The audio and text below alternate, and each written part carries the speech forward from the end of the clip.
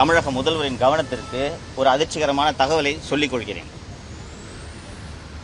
இந்த strength Chennai city police ஸ்ட்ரெங்த்தில் பணியாற்றக்கூடிய அமைச்சு பணியாளரான திரு ஐயப்பன் என்பவர் இப்போது லஞ்ச ஒழிப்புத்துறையிலே அதர் டியூட்டியாக அருணோடு பணியாற்றி கொண்டிருக்கிறார். அதே போல சென்னை மாநகர காவல்துறையின் விபச்சார தடுப்பு பிரிவிலே தலைமை காவலராக பணியாற்றக்கூடிய சந்திரசேகரன் என்பவர் இப்போது அயல் பணியாக ஓடியாக லஞ்ச ஒழிப்புத்துறையில் பணியாற்றி கொண்டிருக்கிறார்.